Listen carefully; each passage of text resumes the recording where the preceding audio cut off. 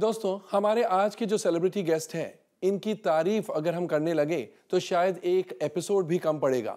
Suffice it to से कि ये अलग अलग समय पर box office king, box office खिलाड़ी के नाम से जाने गए हैं और अब रिलीज होने वाली फिल्म के बाद let's hope he proves to be the box office boss. Friends, please welcome Akshay Kumar. Akshay, welcome to Bollywood business. Thank you sir, thank you very much. Boss में ऐसी क्या बात है जिससे सुनकर, कहानी सुनकर, स्क्रिप्ट सुनकर या आपका रोल सुनकर आपने हाँ कह दी? एक तो सबसे पहले ये बता दूं कि ये रीमेक है।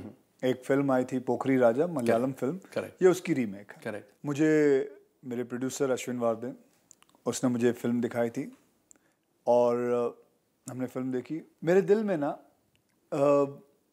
बाप और बेटे का रिश्ते पे बहुत मैं मानता हूँ। करेक्ट। एक ऐसा, ये बाप और बेटे का जो रिश्ता है मेरे लिए बहुत मायने रखता है। इसीलिए मैंने फिल्म जैसे वक्त, करेक्ट, और एक रिश्ता और जानवर, ऐसी फिल्में मैंने जानबूझ के, मुझे बहुत अच्छा लगता है कि जब कोई ऐसी कोई फिल्म मेरे पास लेके आए और जिसकी कहानी अच्छी हो। और ये फिल्म, जब मैंने वो फिल्म देखी थी पोखरी राजा, मुझे बहुत अच्छी लगी थी।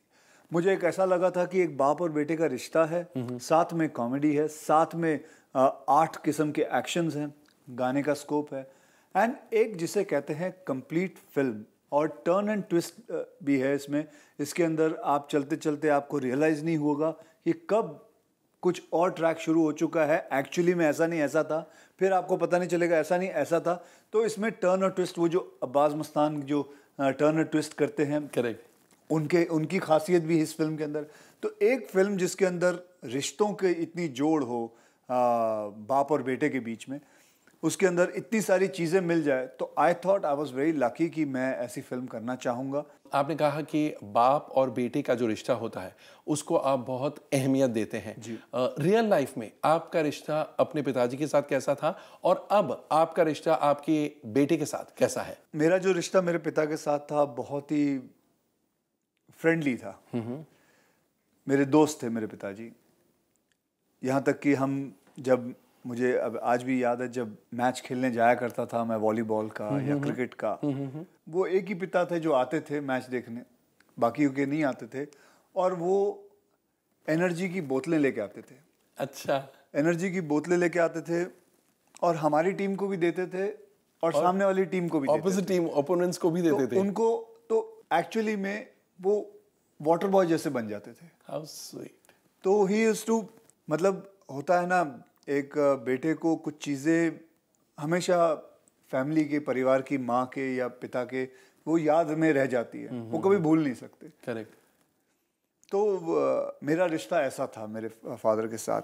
ही was more like a friend to me. उसी हिसाब से मैंने उसी चीज़ को आगे बढ़ाते हुए मैंने अपने बेटे के साथ भी वैसा ही रिश्ता रखा हुआ है, एक दोस्त के हैसियत से। कभी मैंने उसको ऐसा, अगर मैंने समझाया भी है उसको कोई चीज़, अगर वो कोई गलत करता है तो एक दोस्त के हैसियत से समझाया, ना कि एक बाप के हैसियत से। ना मैंने कभी उसके हाथ उठाया, ना कभी, एक दोस्त के हैसियत से। तो बट इंग्लिश में कहावत है, spare the rod and spoil the child.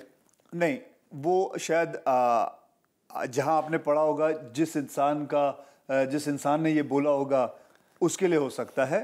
हर इंसान जब कहावत लिखता है वो अपने एक्सपीरियंस से लिखता है। मैं नहीं मानता हूं कि किताबों से पढ़ के मैं अपने बेटे को बड़ा करना चाहता हूं। मैं मानता हूं कि जैसे मैं बड़ा हुआ वैसा जो मैंने एक्सपीरियंस किया वैसा मैं अपने बेटे को बड़ा करना चाहता हूं। इसलिए यार मेरे को तो इतना ये रिश्ता अच्छा लगता है इस फिल्म के अंदर। आप जानते हो कि मैं खुद हैरान हो गया था कि आज तक फिल्म इंडस्ट्री में पिता पे गाना कोई नहीं बनाता। पापा कहते हैं वो गाना पिता पे नहीं है, वो तो पापा कहते हैं मेरा बड़ा नाम करेगा, बेटा मेरा बड़ा अच्छा काम करेगा, वो तो फिर भी उसमें भी तो पिता बेटे के बारे में बोल रहा है। लेकिन आज तक मेरे को बता कोमल कि बाप पे किसने गाना बनाया? तो सोचते रहेगा कि बाप के ऊपर गाना नहीं बना, माँ के ऊपर बड़े गाने बनते हैं। माँ के ऊपर तो बहुत बने हैं, ठीक है। बहनों के ऊपर जो राखी के बंधन पे गाने हैं, 10,000 बने हुए हैं। सिमिलरली भाई के ऊपर है, दोस्तों पे बने हैं, दोस्ताना पे बने हुए हैं। लेकिन बेचारे बाप ने ऐसी क्या गलती की थी जो बाप पे गाना कोई बनाता नहीं। बाकायदा मैंने अपने डायरेक्टर से, हमने मिलके कि हमको ये चाहिए, मैं चाहता हूं कि अगर डैड्स डे आए तो ये गाना चले, पिता पे गाना चाहिए। तो इसलिए इसके अंदर एक बहुत ही इमोशनल गाना है, मेरा फेवरेट गाना है, पिता पे गाना है इसके अंदर। कि पिता क्या करता है। पिता रोज सुबह निकल जाता है, भले मानता हूँ वो काम करने निकल जाता है, पैसे लेके घर आता है, लेकिन उसकी भी तो थोड़ी अहमियत रखो यार। हमारी इंडस्ट्री ने गाना ही नहीं बनाया पिता पे यार। अक्षय, आपकी बातों से ऐसा लगता है you are very very close to your father. Yeah, I am very close to my father. You are closer to your father और your mother? Both the same. But I miss him. You miss him. आपने Anthony D'Souza जो कि इस film के director हैं, उनके साथ blue film की थी. ब्लू फिल्म नहीं, फिल्म ब्लू की थी. फिल्म ब्लू की थी. अक्सर ऐसा देखा जाता है कि अगर एक डायरेक्टर के साथ एक्टर की फिल्म नहीं चलती है तो वो एक्टर जनरली स्पीकिंग मीलों दूर भागता है उस डायरेक्टर से. आपने ऐसा नहीं किया. ब्लू के फ्लॉप होने के बाद भी आपने बॉस उसी डायरेक्टर के साथ यानी एंथनी डिसूजा के साथ की. आपको पता है कोमल साहब की जब सचिन पहली बार बैटिंग करने आया था, 0 पे आउट हुआ था. करेक्ट. या 2 या 3 रन बनाए थे. करेक्ट. इसका मतलब ये तो नहीं उसको सेकंड चांस नहीं मिलेगा. सही बात है. उसके बाद उसको सेकंड चांस पे उसने फिर 100 बनाए थे. करेक्ट. तो उसी 100 करोड़ पे आते हुए मैं ये समझता हूँ कि एंथनी जो है, जो हमारे इस फिल्म के डायरेक्टर हैं, उसके अंदर मैंने इतनी काबिलियत देखी है as a human being also, as a director also. And मुझे नहीं लगता कि टेक्निकल वाइज, टेक्निकलिटी में कोई उसका हाथ थाम सकता है. ब्लू जो फिल्म थी हमारी, माना कि वो नहीं चली, लेकिन अगर आप उसे एक टेक्निकल पॉइंट ऑफ व्यू से देखें तो उसमें कोई फ्लॉ नहीं था. Correct. Script, screen play, script wise से देखें तो ज़रूर था नहीं, बहुत सारे थे.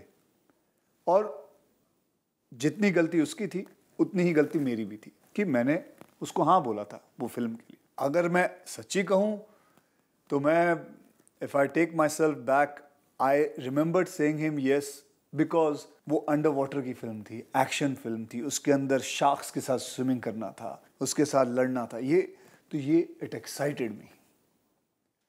तो मैं कई बार टोनी के साथ जो करता हूँ, यार हमने गलती की, इतना सारा पैसा खर्चा किया, अगर 5,000 और खर्चा कर लेते तो पिक्चर चल जाती. बोले कैसे? यार 5,000 की एक स्क्रिप्ट ले लेते.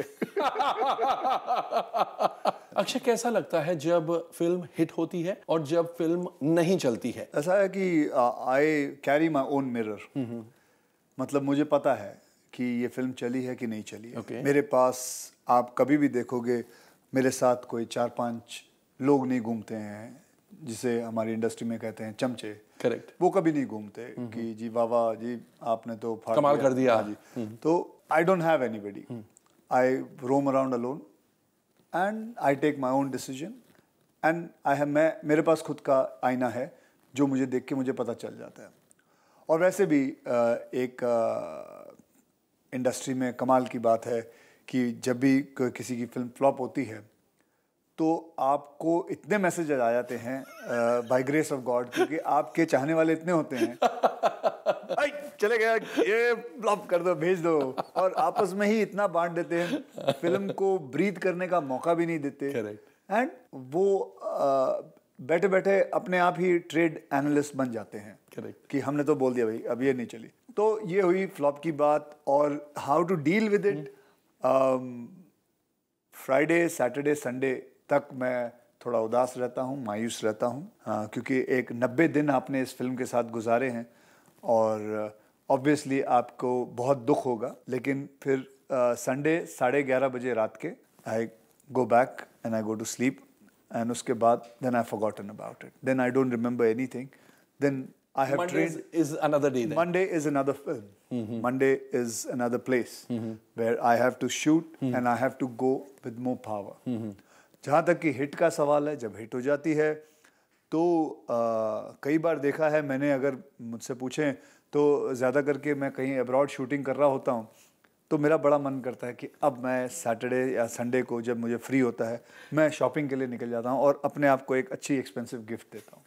तो ये मेरा एक तरीका है कि अपने आप को खुश रखने का. इसका मतलब ये नहीं कि वाकई में मैंने अपने आप को फरारी कार दे दी या बहुत बड़ी गाड़ी निकाल ली. नहीं, for me expensive gift will be, अगर मैं कहूँ लास्ट मैंने क्या लिया था अपने लिए, मैंने एक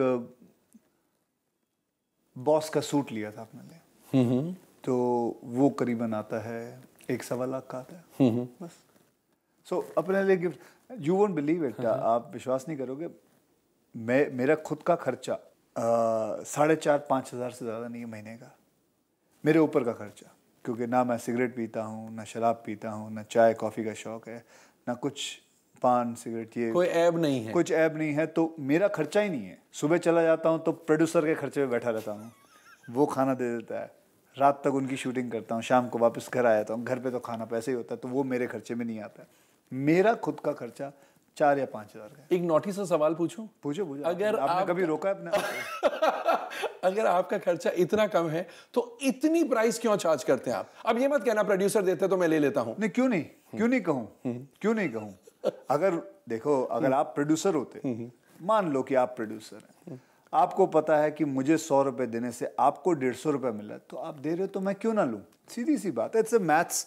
आपके ऊपर भी मैंने कान के ऊपर तो आपकी गोली नहीं रखी कि भाई 100 रुपए नहीं देगा तो मैं मार दूंगा तुझे। करेक्ट भाई, तू दे रहा है क्योंकि तुझे भी कोई दे रहा है, तो खत्म हो गई बात। It's a give and take relationship.